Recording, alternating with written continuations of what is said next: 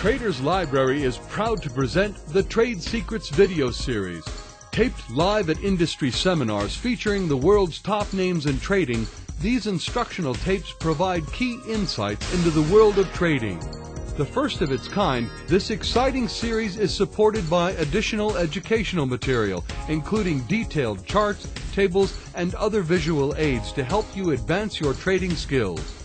The Trade Secrets video series is a truly comprehensive series for traders, featuring top traders like the legendary Jack Schwager, whose new video, Winning Methods of the Market Wizards, is the perfect companion to his 3 classic Market Wizards books. Pristine.com's Oliver Velez. His swing trading and guerrilla trading tactics videos will help you spot fast-breaking opportunities using the successful Pristine method first outlined in his best-selling book, Tools and Tactics of the Master Day Trader. Steve Nissen and his Strategies for Profiting with Japanese Candlesticks video, providing an in-depth step-by-step course for applying this powerful and popular charting technique. Industry leader Price Headley's high-impact options trading video highlights powerful methods for achieving big option profits through superior stock selection. It's a great complement to his new book, Big Trends in Trading: Strategies to Master Major Market Moves. For more information on the Trade Secrets video series or any of our additional investment-focused products, visit our website today at www.traderslibrary.com or call 1-800-272-2855. Traders Library, your #1 source for great everyday low prices.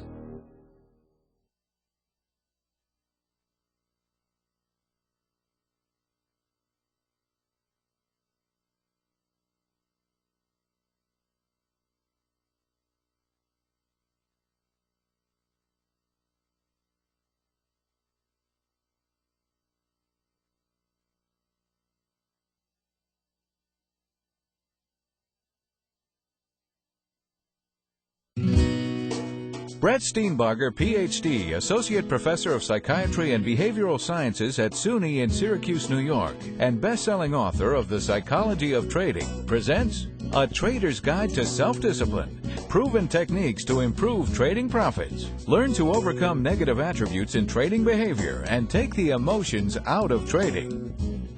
Thank you.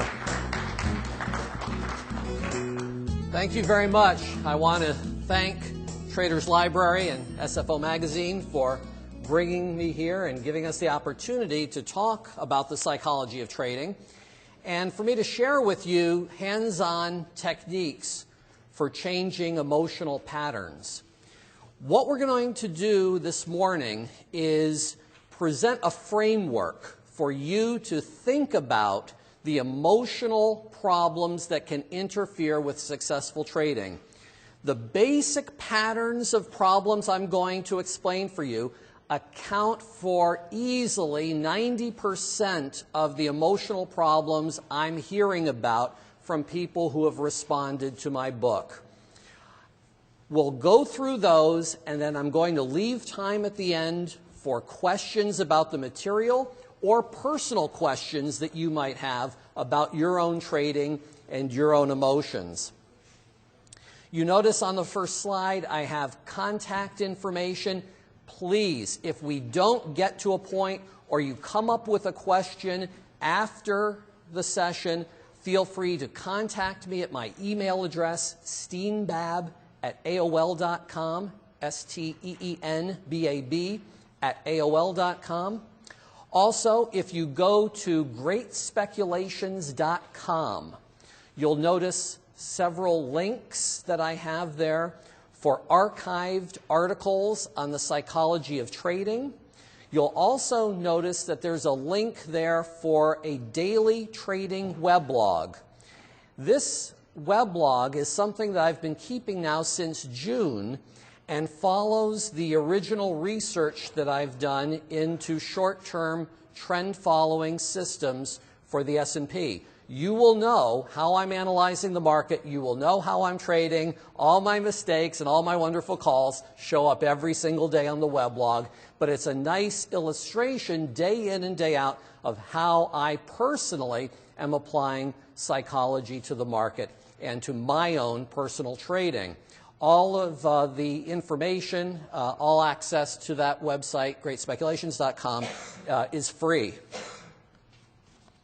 Okay, so let's get started. 3 cases that came to me in the last couple of years, people with emotional problems. Let's see if you can discern the underlying themes and problems. Number 1, a woman comes in for therapy. Successful woman, attractive woman. She's committed to her career. She's committed to being in good shape. She's popular socially. She comes to the session dressed well, looking nice, and she reveals in the first session that every so often she finds herself binging on food. She'll eat a half gallon of ice cream at a time and end up feeling disgusting, end up feeling guilty about everything she's consumed and how she's making herself look and feel disgusting, and she doesn't know how to deal with these episodes. Case number 2. A man is happily married. He comes in for therapy, tells me that his work is going well, he's got kids at home, the family life is good, but every so often he feels an impulse to travel from home in Syracuse, New York, east to the casinos and gamble for the afternoon and the early evening before coming home, never telling his family. He loses money, and on 2 occasions his wife is found out. He feels remorse, he feels contrite, he vows never to do it again, only to find himself making the Interstate 90 trek back to the casinos. Case number 3. A professor comes in for therapy. He is a nationally known expert in his field, well respected. He's a leader in community organizations, dynamic individual. He reveals to me that he collects child pornography and that every so often he makes a trip downtown and has impersonal sex with teenage boys. He's desperately afraid that people will find out about this behavior of his, and yet he finds himself again and again returning. 3 different people, 3 different kinds of problems. None of them are traders, and yet all of them have the same basic issue that can affect traders. The psychiatrist Arnold Goldberg, in his book Being of Two Minds, calls this problem the vertical split. The vertical split is a separate personality that coexists with the personality we consciously identify with. And most often, this separate personality is a person we don't want to be. It represents feelings and impulses that we don't identify with. It's not the real me, I hear again and again. Some key ideas about the vertical split that are relevant for trading. Many trading problems reflect splits in who we are. When we change how we trade and suddenly trade in a way that we're not supposed to trade, we're doing the same kind of thing that the bulimic woman was doing, that the gambling man was doing, that the sex-addicted man was doing. Most people have some degree of vertical splitting of their personality. It's not to the pathological degree of those folks that I just mentioned who came in to see me. But most of us have different personalities for different situations. Think about it. How you are in a business setting, how you are in a social setting, how I act when I'm in a crowd of people, how I act when I'm with my children, how I act when I'm with my patients. Very, very different. They're all me, but they're separated. When they become greatly separated, it's known as a vertical split. Those splits, that fragmentation of our personality, makes it difficult for us to maintain consistency in our behavior. I'm sure that if I were to ask, many of you at some point in your life have tried to diet. And you start with great intentions, and then you fall off the wagon. Many of you maybe have taken up an exercise routine. You've bought exercise equipment, and you've been gung-ho, and then suddenly it dissipates. Or perhaps you've made New Year's resolutions, and they sound great on January 1st, and by January 15th, where did they go? Now, what's that all about? We can't maintain our intentionality. We have trouble maintaining our intent, our purpose. And to the degree that we cannot maintain intentionality, we do not have free will. When we have a split in personality, and personality A says, I love myself and I want to be physically fit and I want to look good, and personality B says, I'm a loser and I'm shit, and stops doing the things that would make us feel good, we no longer have control. We no longer have free will. There are new techniques in psychotherapy that broadly go under the heading of brief therapy, short-term intensive techniques for therapy. I teach these at the medical school in Syracuse, that have made strides in helping people integrate their personality. Most of my work, 99% of my work, is not with traders. I run a therapy program for the physicians and medical students at Upstate Medical University in Syracuse. My patients are doctors, by and large. And I use these short-term techniques with them to help them overcome those splits in their personalities. When I started trading myself some years ago, I found myself making all the emotional mistakes that I was reading about in the books. And I realized that my own splits, my own inconsistency, my lack of maintaining control was interfering with my trading.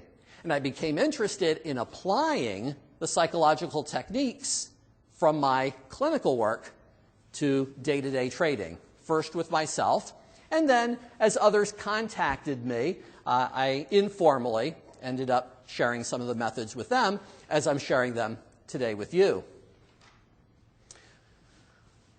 Couple of key ideas. And I'll try to highlight the big ideas in this time for you. Unwanted behavior patterns become organized around distinctive states.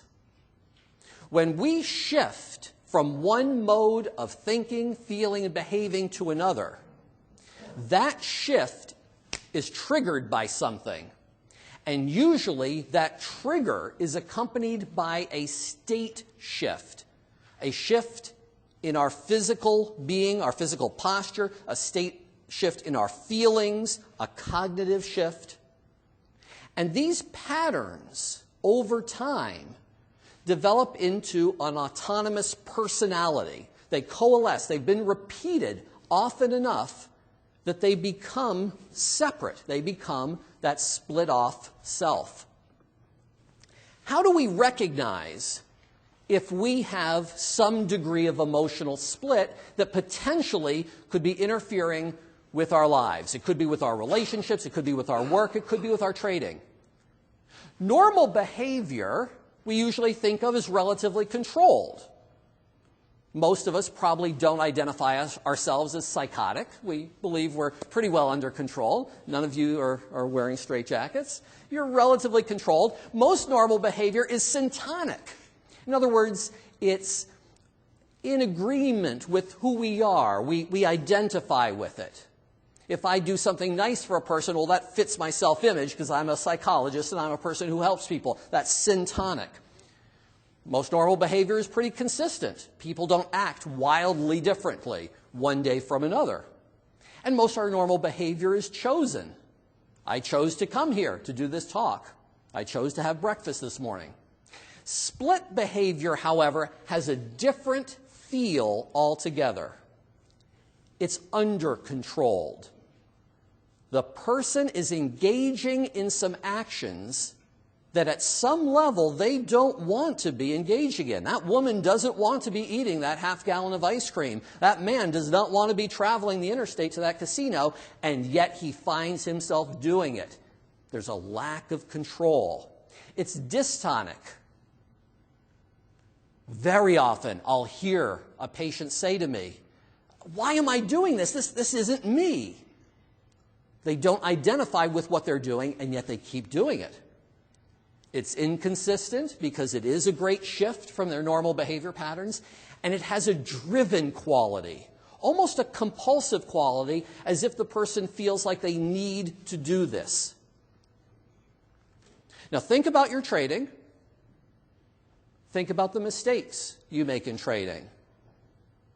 And how many of the mistakes you make are built into the rules and systems that you're trading? In other words, there's always a decent degree, of uncertainty in the markets. Some of the best systems that I follow and that I know of are maybe 50% or even less winners. So there's a good deal of uncertainty built into the market. You can make mistakes in the market, and trade well. In other words, you could lose money and be trading well. How many of your mistakes, however, are because you are not following the rules or systems that you want to be following?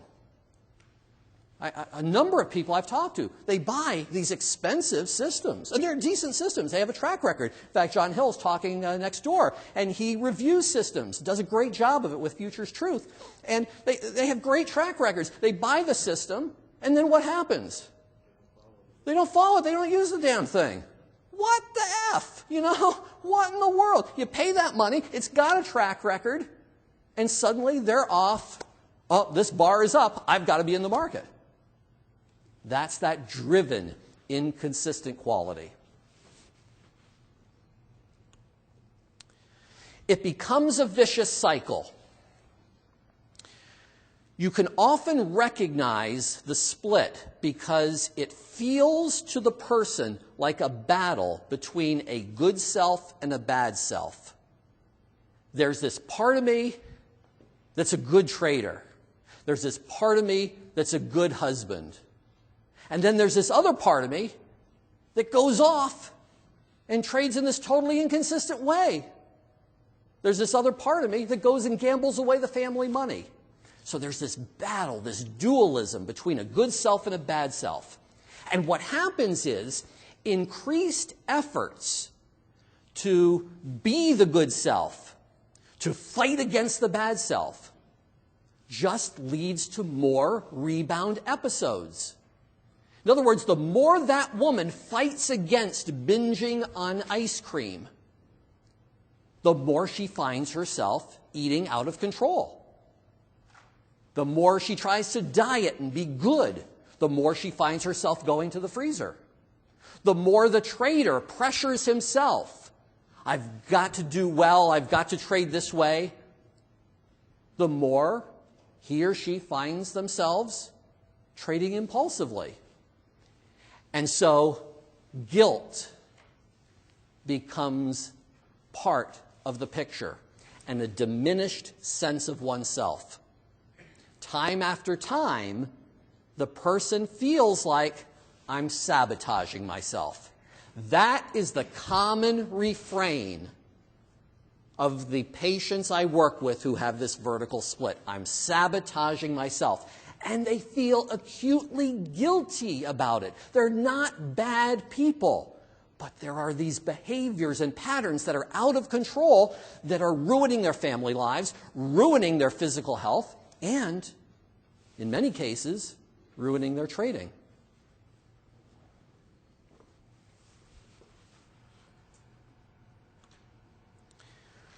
Why do these splits occur?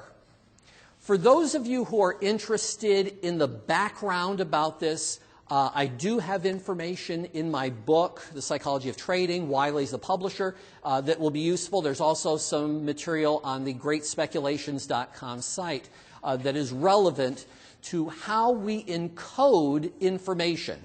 It turns out in cognitive neuroscience research that how we encode emotional experiences and information is different from how we encode normal information that comes to us.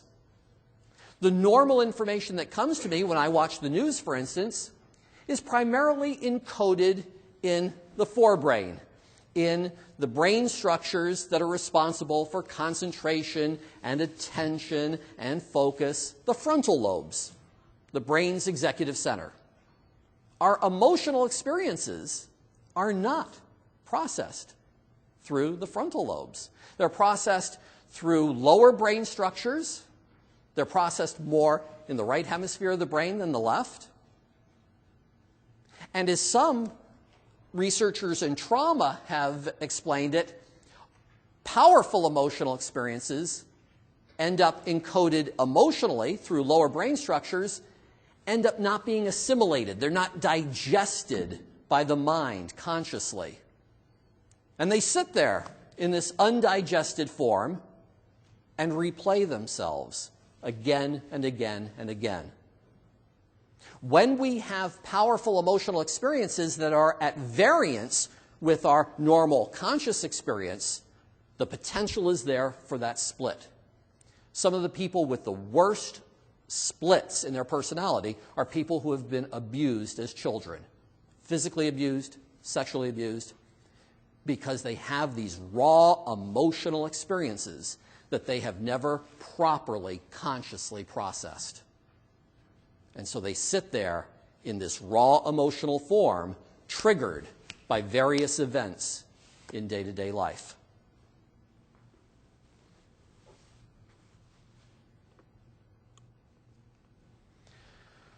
Okay, how self-defeating behavior occurs. I'm going to give you a roadmap, a 1, 2, 3, 4 of how we end up unwittingly sabotaging ourselves.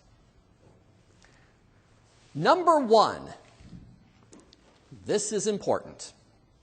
Number 1 is the trigger, the emotional trigger.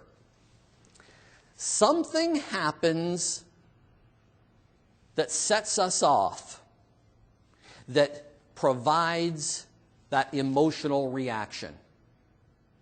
I'll give you a personal example that's related to one that I wrote about in the book.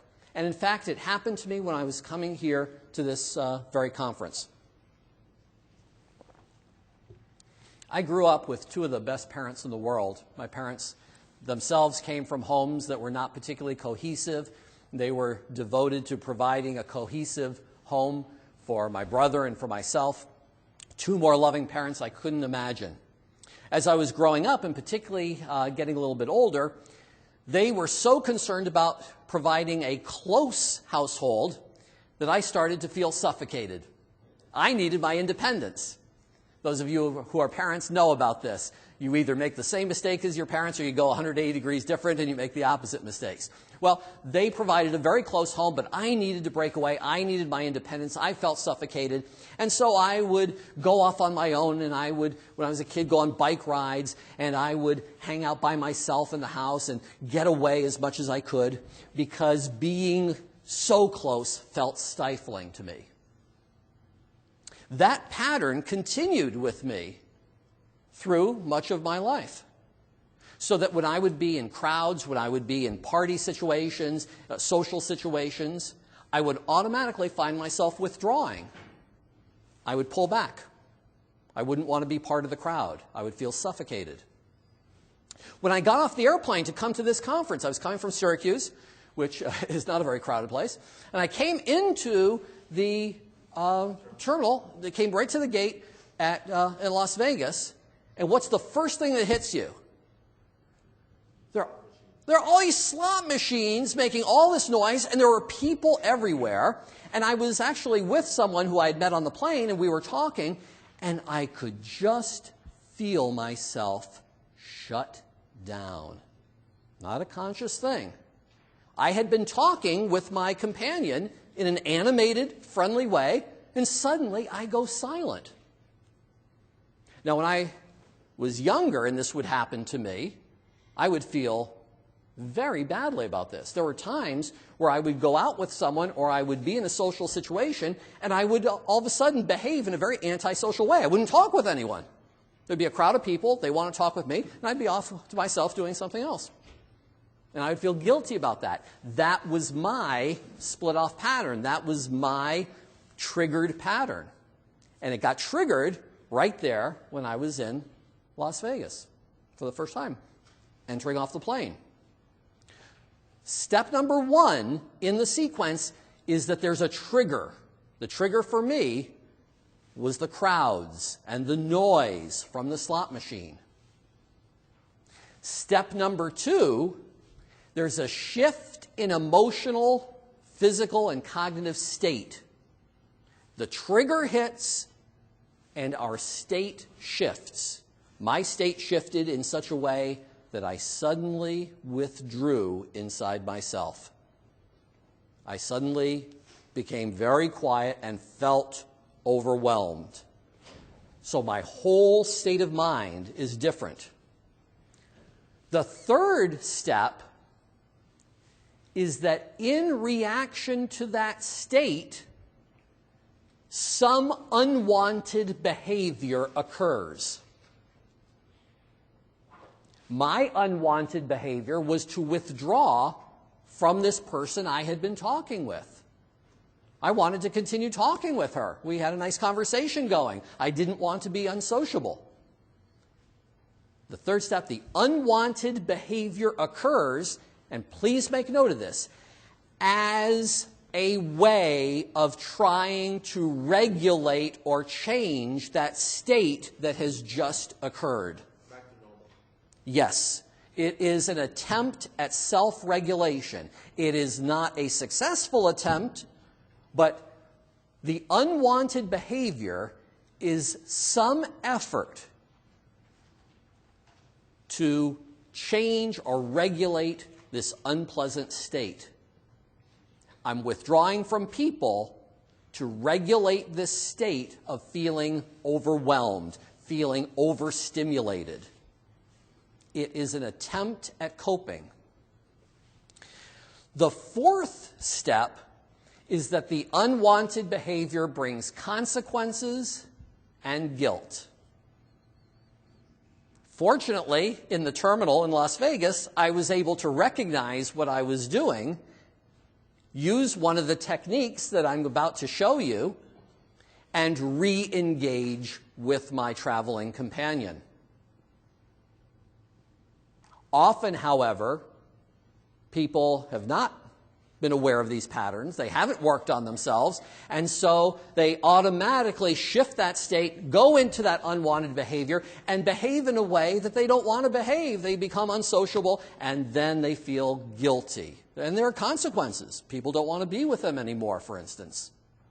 That four-step process is typical of all situations in which there is a vertical split. There's a trigger, there's a shift in state, there's an unwanted behavior, and there are consequences and guilt around that unwanted behavior. Big ideas. Problem behaviors are efforts at self-regulation. Every bad behavior, every unwanted behavior, every aspect of that bad self is some effort to cope. It's some effort to get rid of some bad feelings or experiences.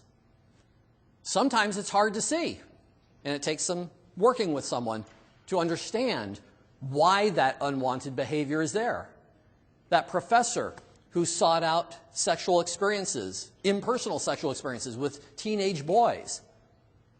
My first reaction was, what is that all about? He grew up in an extremely authoritarian and repressive family in a very fundamentalist religious home. And he rebelled against that. He hated that. But if he rebelled openly, he was physically beaten. And so he would have this anger, and he would have these feelings of being controlled. And when he would go off and have these sexual experiences, which were 180 degrees different from what his repressive parents wanted him to do, he would suddenly feel liberated, and he would get a positive feeling. It was his way of trying to regulate the feelings of being controlled and stifled in this home. Again, not constructive, came with many consequences, and potentially dangerous, but it was there to regulate some other state. The biggest idea. If you take away nothing else from this talk, pack this one away. Control does not come from fighting the bad self. Control does not come from trying to make yourself do more of the good thing and less of the bad thing. As long as you are fighting to do the good thing and fighting to keep yourself from doing the bad thing, you're still in the split. You're playing the game. You're reinforcing the same pattern. If doing more of the good thing would get rid of the bad thing, these people wouldn't be coming to therapy. These people wouldn't be sabotaging themselves to begin with. The only way you can change that split and integrate personality is to reprocess the triggers that set us off in the first place. Remember that 1, 2, 3, 4 sequence? We want to intervene at the 1, 2. If I'm working with a woman who is binge eating, I'm not going to set up a diet for her. I'm not going to help her exercise more and try to feel good about herself and recite positive affirmations in a mirror. Something is a trigger that's getting her to eat. I want to find out what that trigger is and help her reprocess it. Take it out of those lower brain structures. Put it in the forebrain so that we take the emotionality out of the triggers. If we can divest the triggers of their emotion, those triggers will no longer control us. And then there is no need for the compensatory behavior. We don't need to self-regulate in self-destructive ways if our problems aren't being triggered in the first place. It's about reprocessing. The stuff that triggers us, that sets us off, we want to process it cognitively in a different way.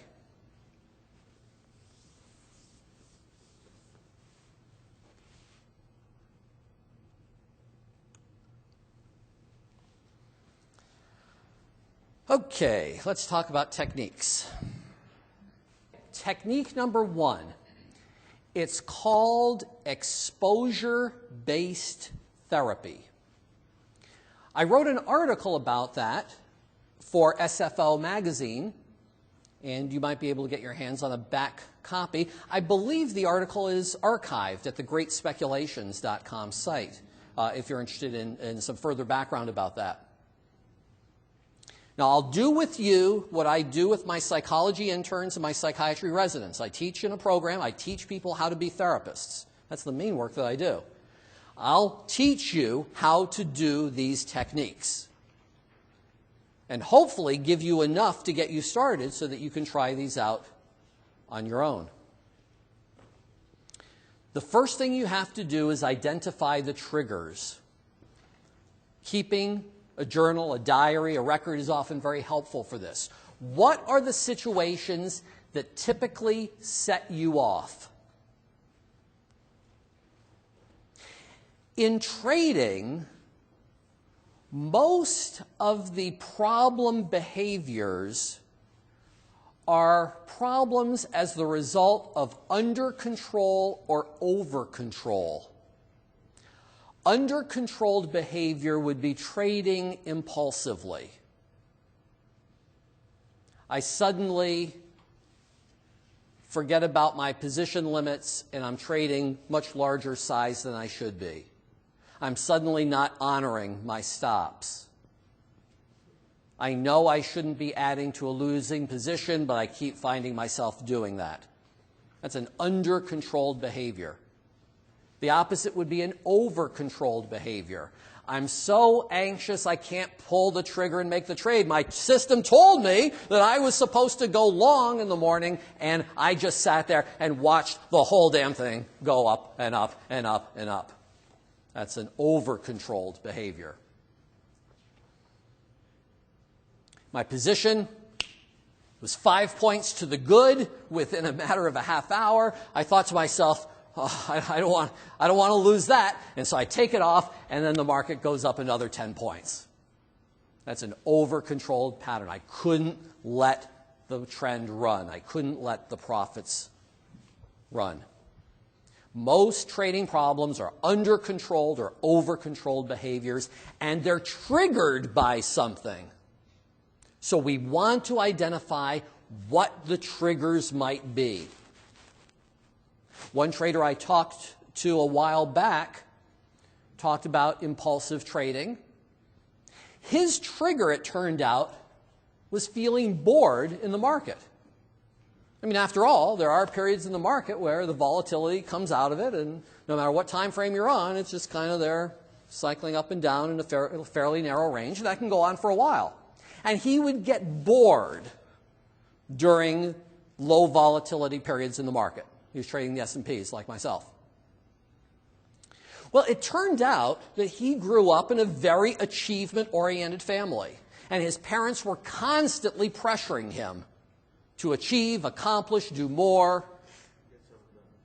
You have to always get something done, absolutely.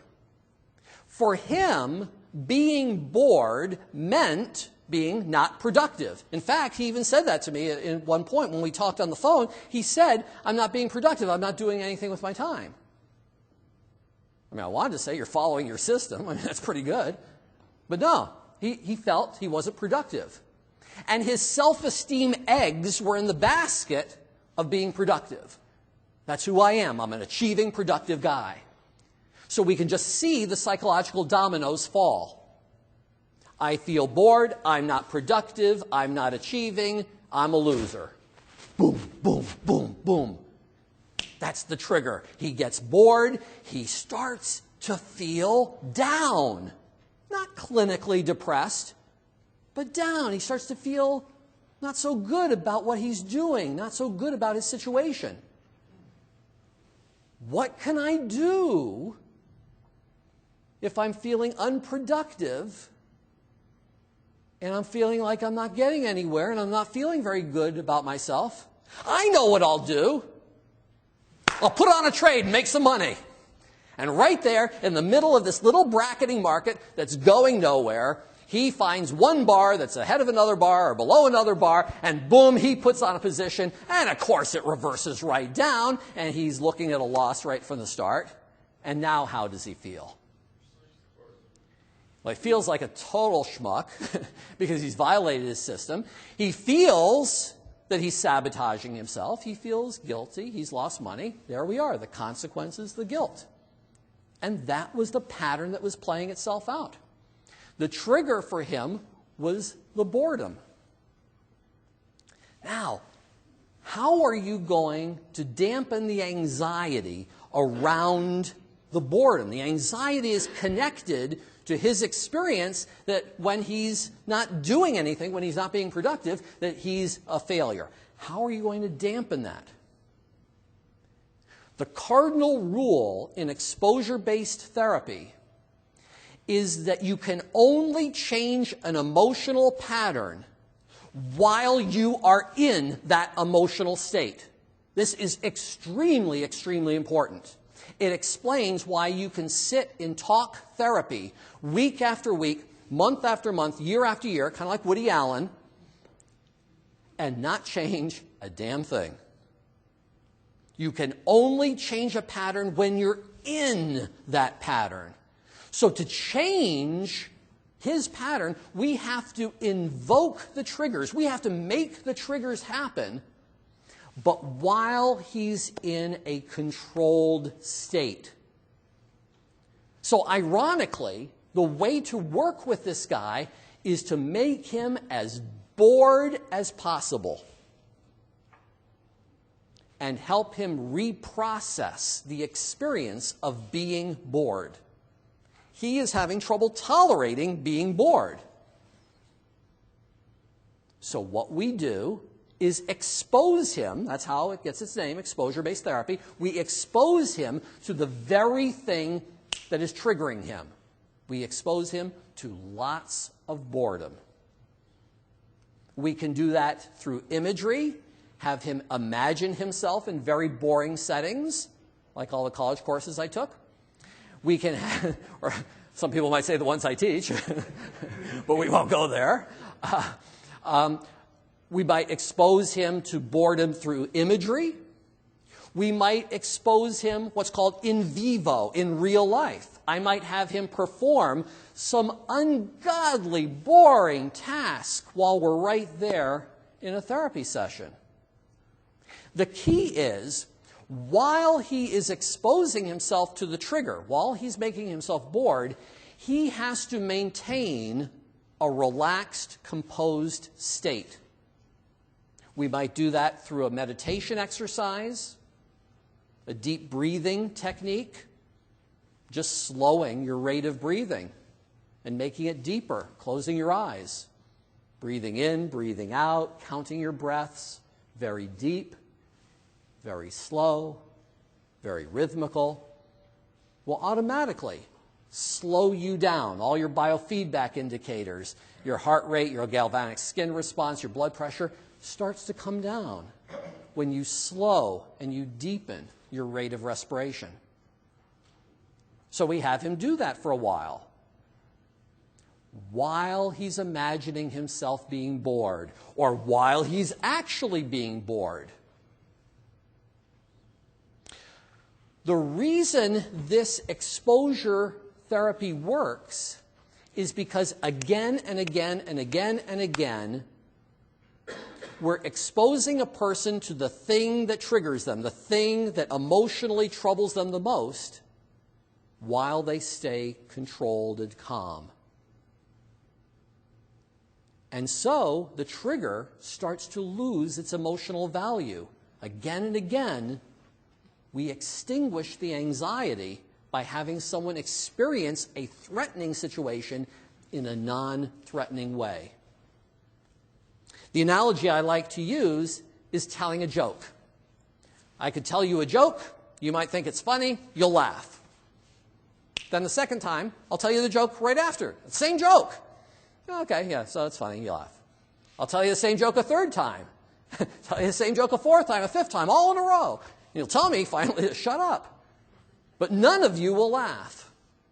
With that repetition, with that exposure, the joke loses its emotional valence. It loses its emotional power.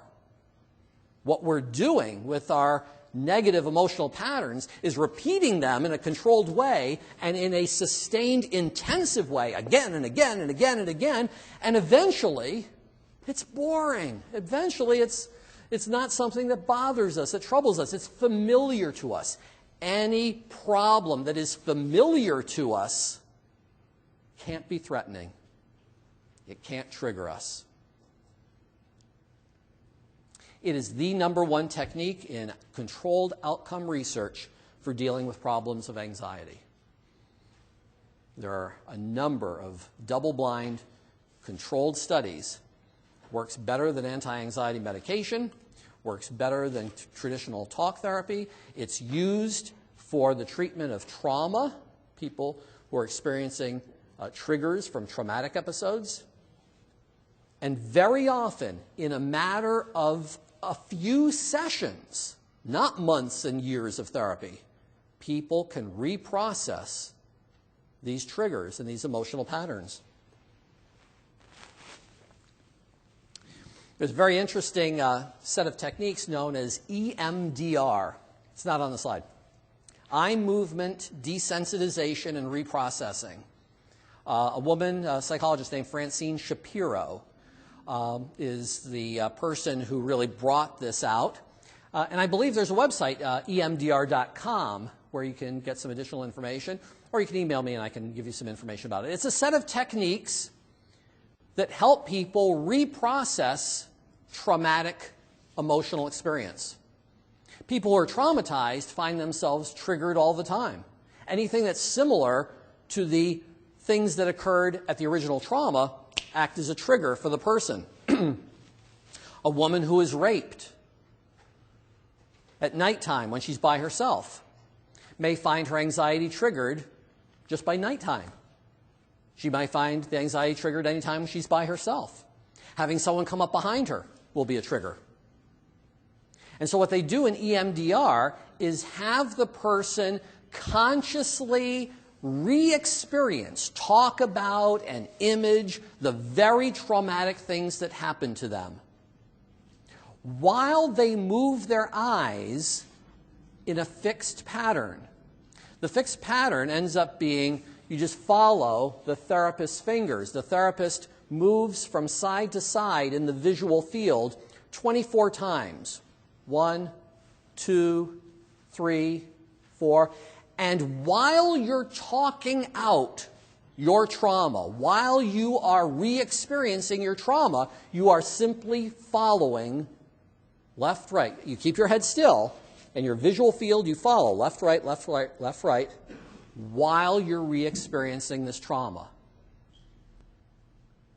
Now, the first time I heard about this technique, I said, what in the world? That sounds like the dumbest piece of crap. Turns out it works. There are controlled studies on this. What's happening is you're having someone perform a very non-emotional activity, just moving eyes back, forth, back, forth, back, forth.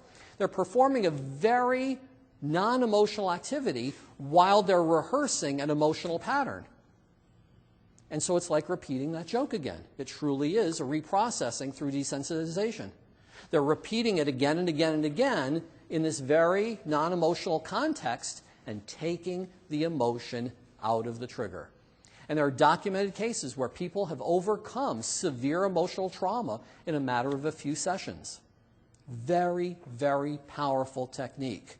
Very potentially applicable to traders, because once you identify your trigger, like for the one I was mentioning, the boredom, once you identify what might be setting you off in an under-controlled way or an over-controlled way, you rehearse it and you rehearse it and you rehearse it and you experience it and experience it and experience it again and again and again in a calm, neutral context until it loses its emotion.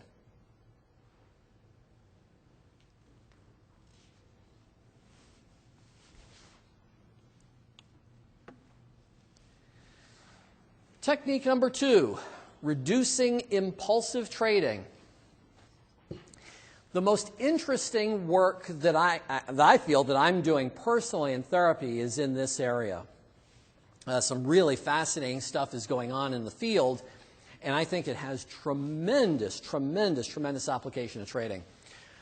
Here, once again, we're working on situations where people are trading impulsively, where they are making decisions, taking actions that are unplanned.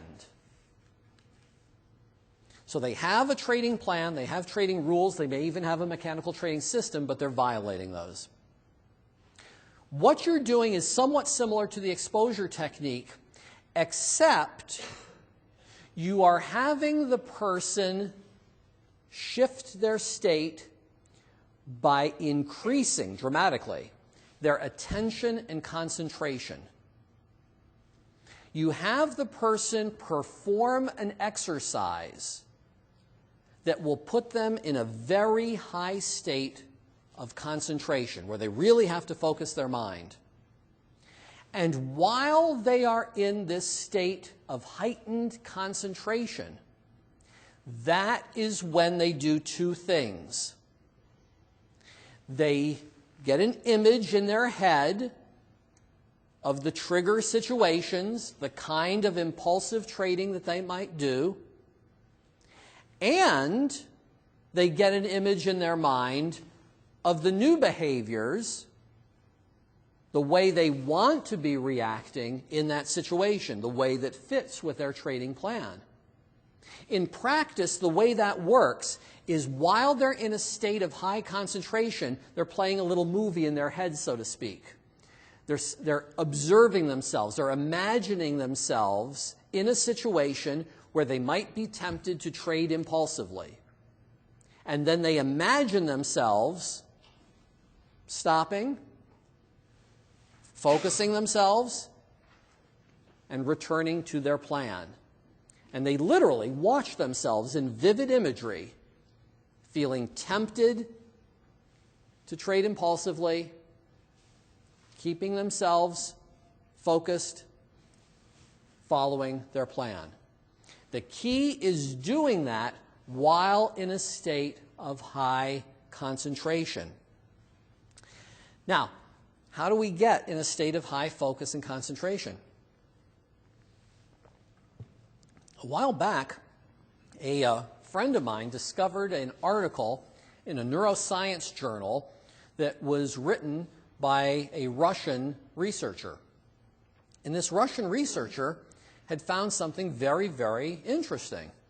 He found that you can measure temperature at different points around the skull, skin temperature. And you can do this through infrared photography or through infrared sensing.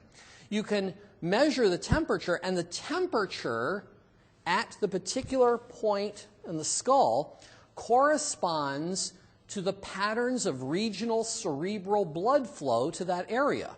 In other words, where the blood is flowing to your brain shows up as increased heat in that area.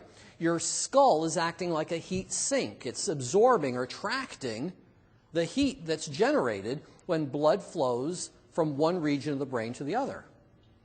Now, of course, we can use sensitive imaging techniques to discover where the blood is flowing, and we can track regional cerebral blood flow through a functional MRI, for instance, but that's very expensive.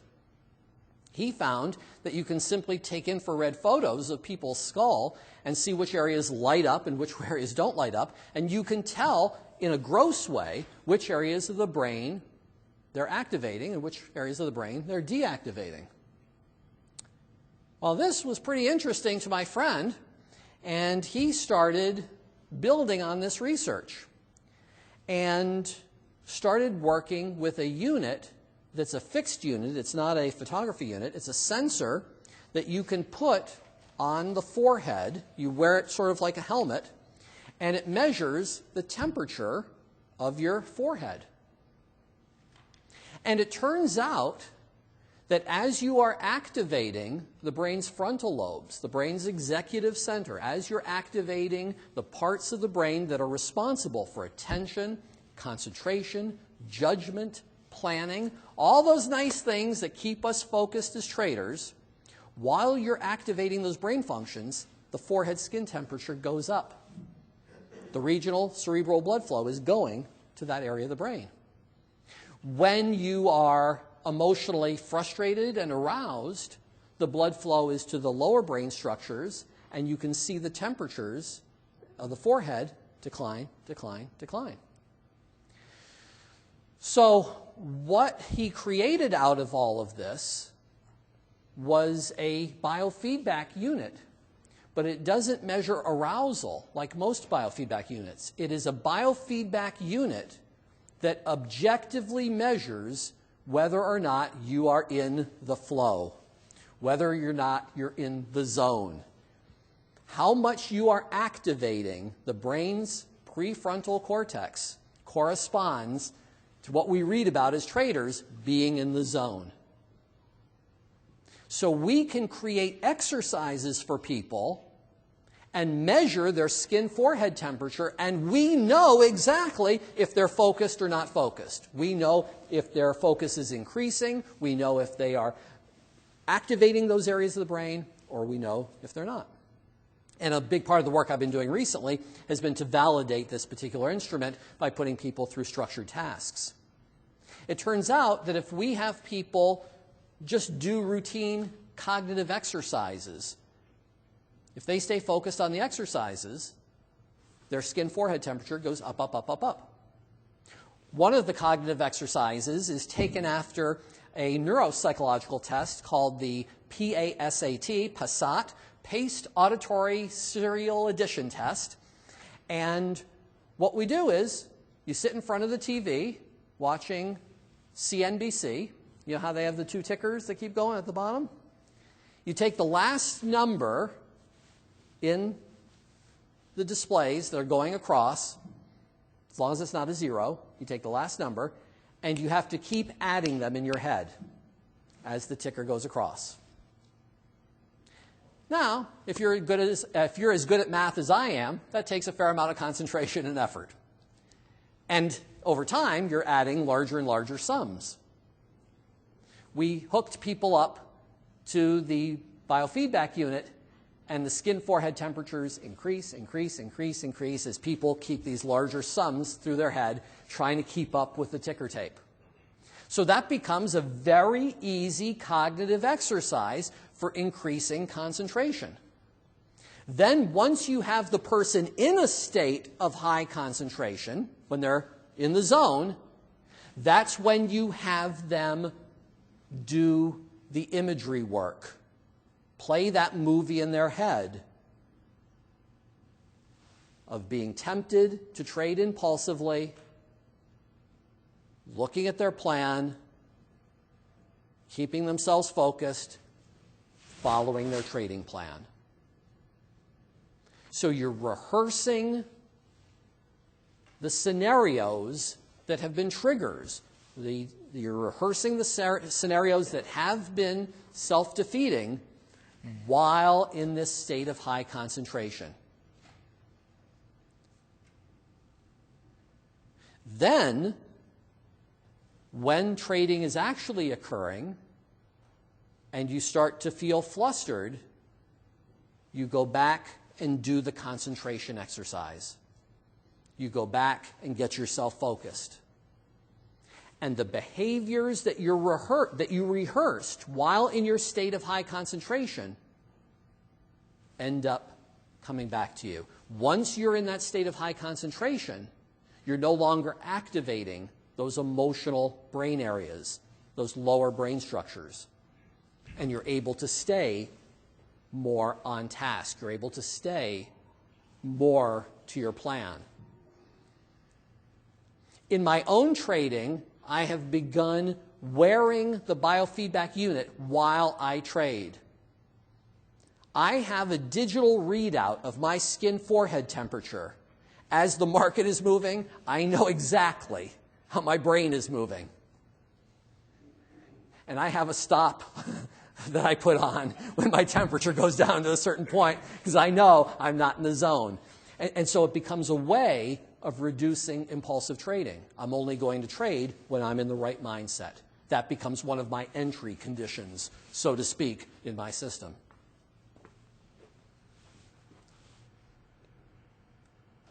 This is fun stuff. Technique number 3. A number of traders have talked with me about the issue of, I want to be more confident in my trading. The problems of not feeling the confidence.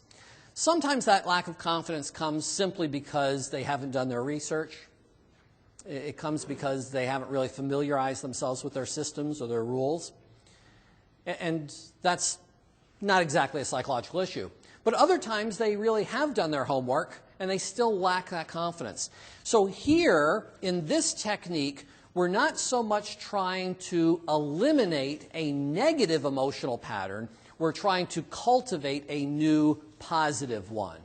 And so what you want to do is create, so to speak, a positive trauma. A trauma is a highly emotional experience that leaves an indelible emotional impact. You want to create a powerful emotional experience that leaves a positive emotional impact. To do that, you have to create a very unique state. Now, I say here on the slide an energized state because that's what I've worked with most myself, but it doesn't necessarily have to be that. All it has to be is some state of mind, some state of body and feeling that is very, very, very discrepant from your norm. Totally different from how you normally feel during the day.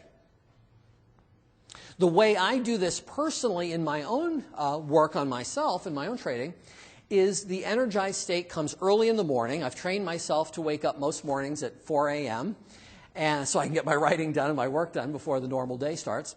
And the first thing I do when I come downstairs is a rapid series of physical exercises.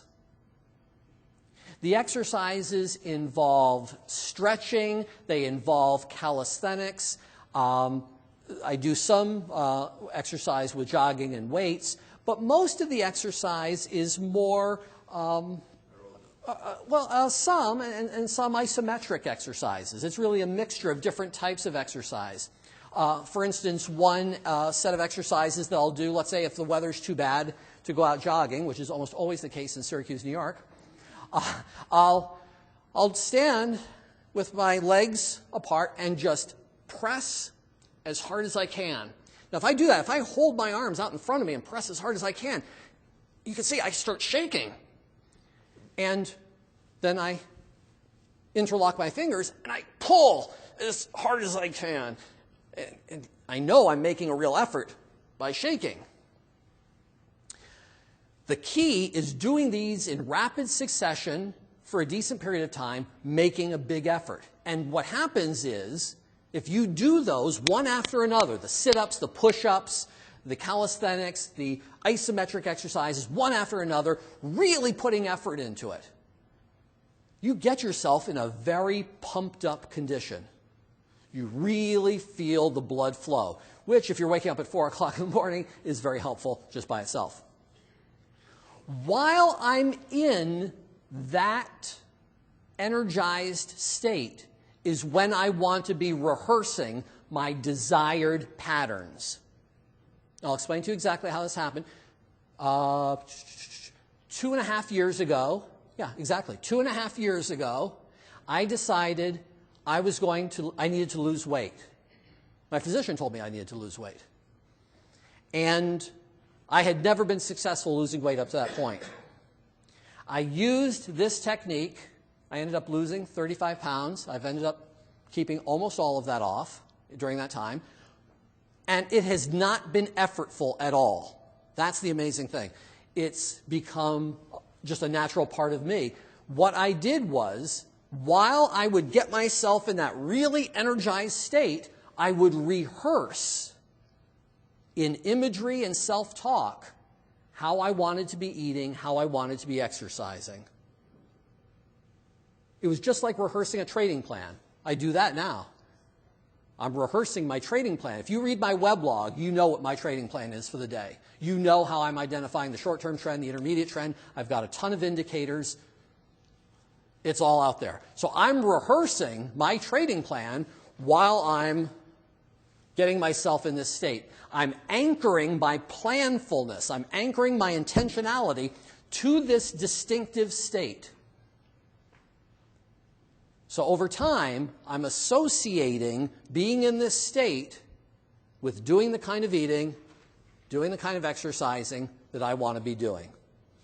Then, during the day, if I feel tempted to eat in a way I'm not supposed to eat, or if I feel tired and I don't feel like exercising, what do? To re-access the desired self-talk, to re-access the desired pattern, I bring myself back to that energized state. The new pattern is anchored to that distinctive state. When I get back in that state, the self-talk comes back. The plans come back. If I'm feeling tempted to trade badly, I go back to the state that I was in when I was rehearsing my plan. Oh, I just do the exercises all over again. Yeah, I do the exercises all over again. If I start feeling tempted to eat in some way I don't want to eat, boom, I go back to the exercises, and very quickly, just in a couple of 3 minutes, 4 minutes, do a rapid series of exercises, get myself pumped up. That's where it's anchored. What's that? No, at the airport, I had used exposure-based techniques to deal with that issue of being in crowds. I purposely put myself in the most crowded mall situations at Christmas time while doing the deep breathing and the relaxation work as a way of exposing myself and desensitizing myself. That's how I worked on that particular problem. Yeah, so these techniques are different techniques you can use for different situations. But here you're anchoring a desired behavior to a distinctive state. In conclusion, 2 big strategies for changing emotional patterns. You can intensively rehearse emotional patterns while you're in very non-emotional states. It takes repetition. You're repeating emotional patterns while you stay non-emotional. And you keep repeating it until you can do that. That's the basis of the exposure work. The second is to intensively rehearse desired patterns, new patterns, the ways you want to be, the person you want to be, the trader you want to be, while you're in a very distinctive state, a very non-normal state. And then you intentionally re-access that state to get back into the thoughts and the feelings and the plans that you had rehearsed, that you desire. A big percentage of the performance problems that I work with people on, not just in trading, but performance in academic exams, test-taking situations, the performance problems that people have in public speaking, the performance problems that people have in their sexual lives. The vast majority of performance problems can be dealt with in these 2 ways. And it doesn't take lots of talk therapy, and it doesn't take months and years. But what it does take is intensive repetition to build new patterns. That's it. Now we go. If you have questions, if you have comments, if you have wise observations about life and its inner meaning, if you have personal problems, if you have questions about trading, fire away. Okay, let's start here. Well, first of all, a comment. This would certainly explain, this screen right here would certainly explain why you can be so successful paper trading and so unsuccessful in actual trading, because you're rehearsing a plan in a very non-emotional state when you're paper trading, and then you put yourself in an emotional state when you're money's online, and it's very difficult to do that, which you plan to do. You know, I hadn't made that identification, but you're absolutely right. When you're paper trading, what's happening is you're not exposing yourself to the heat of the battle, the emotional patterns, and so you may not be able to change things when you don't feel those same emotional pressures.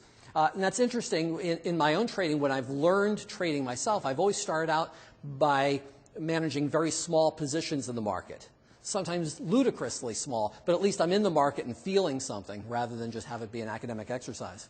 That wasn't my question, though, but the comment, first of all, what you said today is just very personally astounding to me. I appreciate Oh, well, thank you. your presentation. My situation is that identifying my triggers is the need to be right, the need to be validated. And I'm wondering if you could comment on, I mean, the example you gave as far as the gentleman that was bored, very interesting. What would you comment, what would you say to someone who needs to personally validate themselves through their correct trading? Yeah, and what you're going to do, obviously, is redefine what it means to be correct. You know, if I take a real good swing at the ball, if I'm a baseball player, I take a great cut at the ball and I happen to miss on that particular occasion, I still had a good swing and I'm still a good hitter. You're redefining what it means to be right. Be right means follow your plan. Be right means follow your system. And as long as you've tested those and you have the confidence that comes from testing those, that's how you define being right. And so you rehearse the pattern, this different definition of being right, while you're in an enhanced state.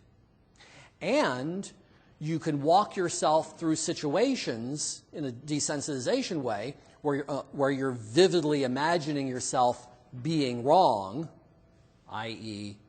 making a decision that doesn't work out in the market, vividly imagine yourself being wrong while you keep yourself in an emotionally neutral state. So you would just plug that into these techniques. But you're again and again and again and again, you're going to imagine yourself being wrong, not making money.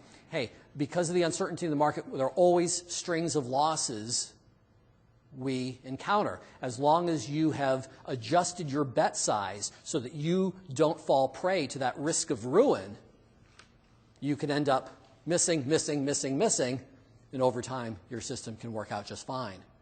But you're redefining what it means to be right. Over here, back. It seems like identifying triggers is key to these techniques. Totally. And becoming mindful of those. Very good. Practical suggestions you have for identifying your own triggers. So it seems to me, for myself, I have a hard time understanding myself. And so how can I think a lot of times what people end up wanting from me when they come and see me as a counselor, as a therapist, is just help in identifying the triggers. What I have people do and what I do myself is I will keep a very detailed journal, a record of how I'm feeling during the day and what I'm doing during the day. And I start to create a catalog. I start to look at the patterns in that journal. Okay, here's a time where I overtraded. Here's a time I overtraded. What was I thinking? What was I feeling at those times? It happened here, it happened here, it happened here. And you start to see the connections and you start to see the triggers. Very often it'll be an emotional trigger, a feeling kind of trigger. It can be a cognitive trigger, like some thought will be the trigger that sets it off. Like, I can't afford to miss this move. That becomes the trigger thought. But so by keeping a journal of your thoughts, your feelings, your actions at the time, you can start to look at the patterns and identify those triggers. That's what I found to be most helpful. Yes? Just following the line of the triggers, which is so important. So we have one example, boredom, the other example being right. Can you just throw out a list of triggers that you encountered while talking to traders? Not even what to do, just several more triggers that you found with people. Common triggers are fear-based triggers. Being afraid of losing, being afraid of missing a gain or losing a gain. And very often those are self-esteem-based triggers. The person doesn't want a loss because they don't want to feel like a loser. They've made this emotional connection between taking a loss in the market and being a loser as a person. The best traders in the market, I mean, read Jack Schwager's books. The best traders in the market take frequent losses. They just don't take really big losses. So you want to break that emotional connection between taking a loss and being a loser. That is probably the one most common set of triggers that I've seen for people. Yeah.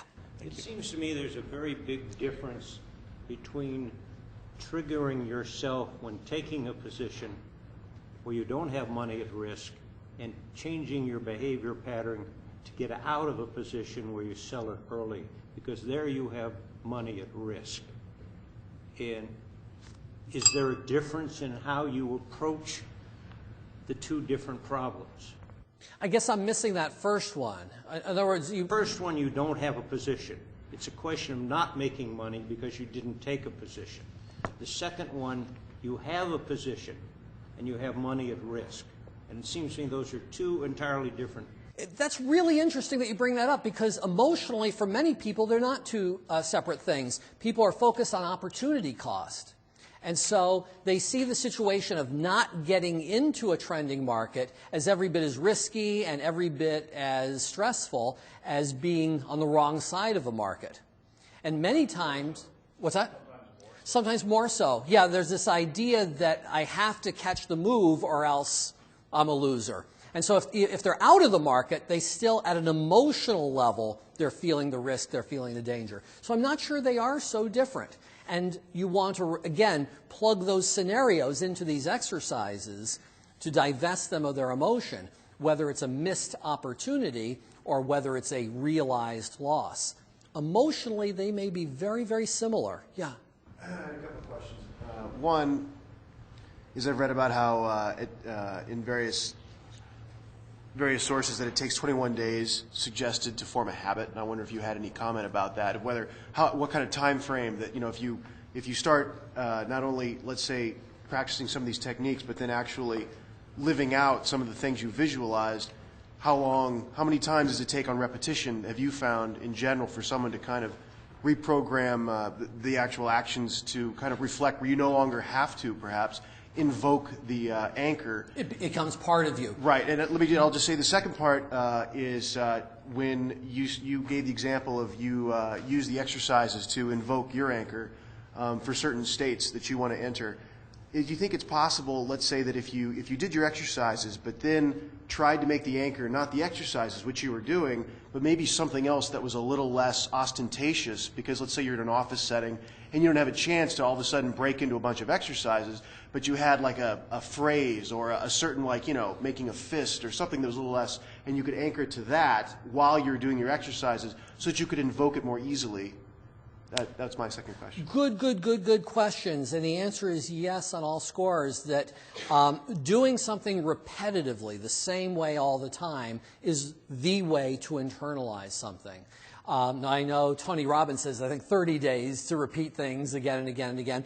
And I think there's a lot of truth to that. I do think that we can accelerate that process by doing it more intensively.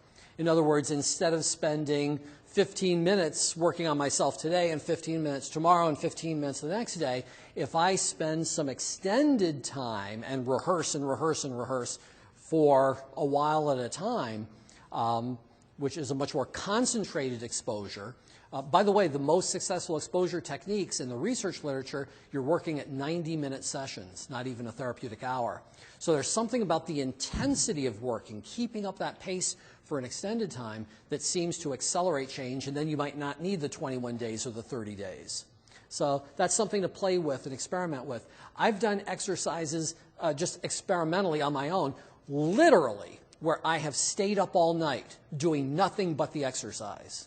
It's been pretty grueling. But it's amazing what happens, what you can do when you extend the amount of time of these rehearsals. The other thing are the subtle cues for anchors.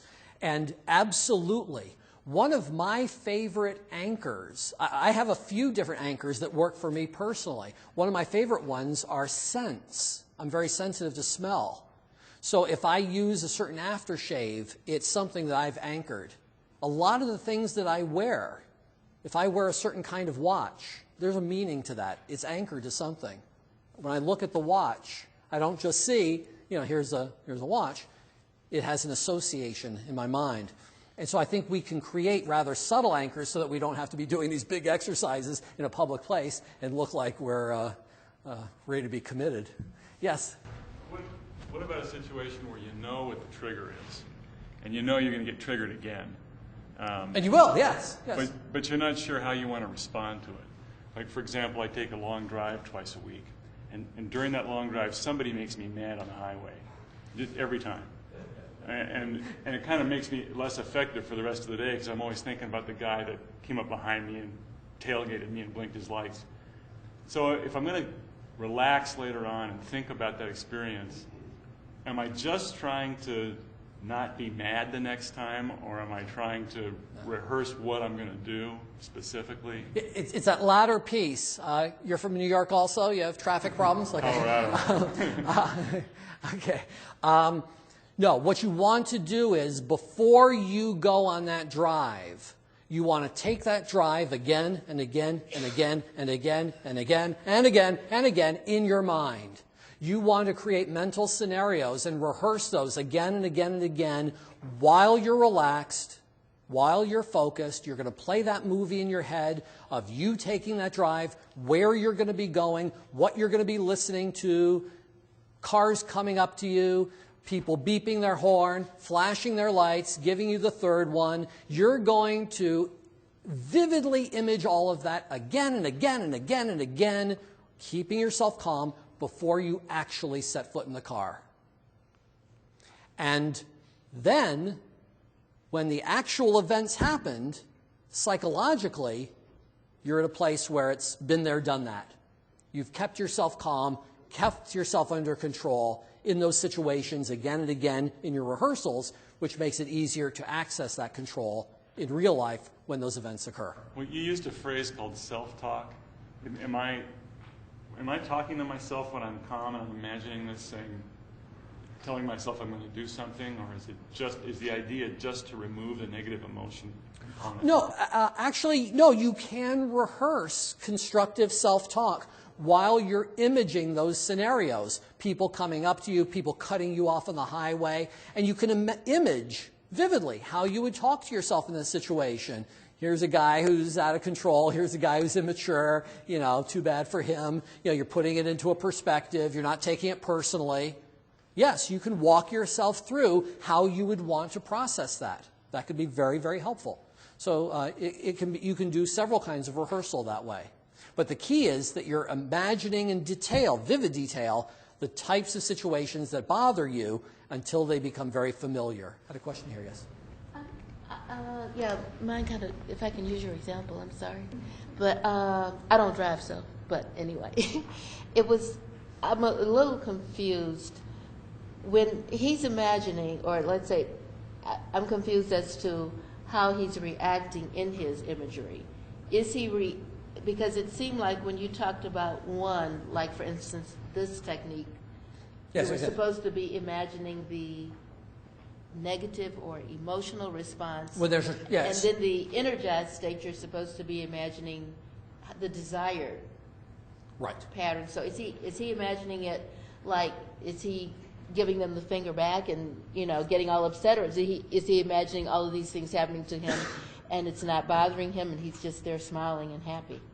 Yeah, I don't think anyone's smiling and happy in those situations, but you would be rehearsing a more desired response. What you're going to be exposing yourself to is the trigger.